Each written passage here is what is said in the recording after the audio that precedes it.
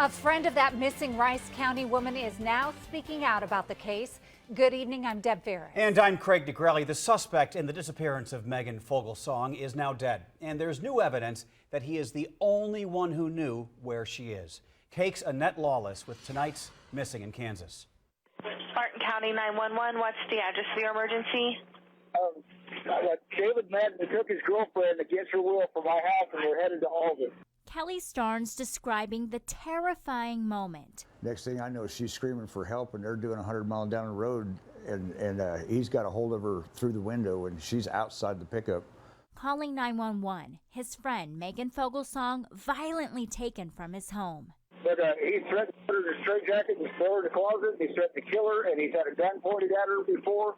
Megan was supposedly trying to leave her boyfriend, the man behind the wheel, David Madden. This is one of the first signs of things possibly turning violent in their relationship. When law enforcement caught up with them, we're told that she said she was okay. The abduction case dismissed. I feel really let down by the system. Law enforcement isn't for help protect and serve anymore. It's not about that at all. The county releasing these documents to Cake News showing more than 20 incidents at Madden's home in Alden. Arrests, theft and harassment cases, and missing persons checks, likely for Megan.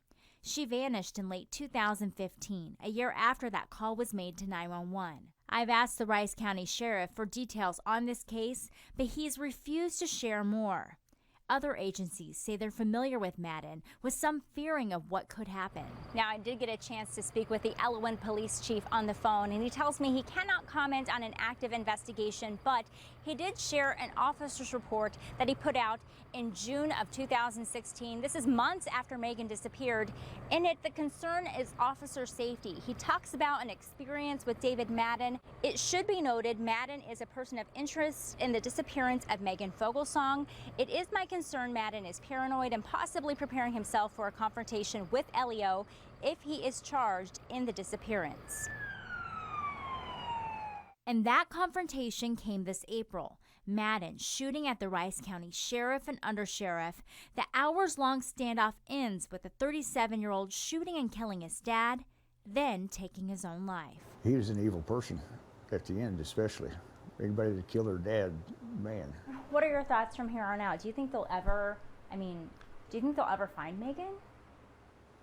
I really don't. There's so many places down here in Quivira that they're 13-inch cased wells that are unmarked, and he knew Quivira like the back of his hand. They failed miserably on this case. I mean, miserably.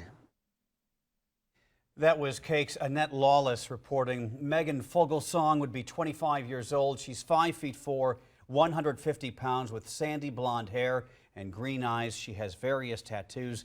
If you have any information, call police.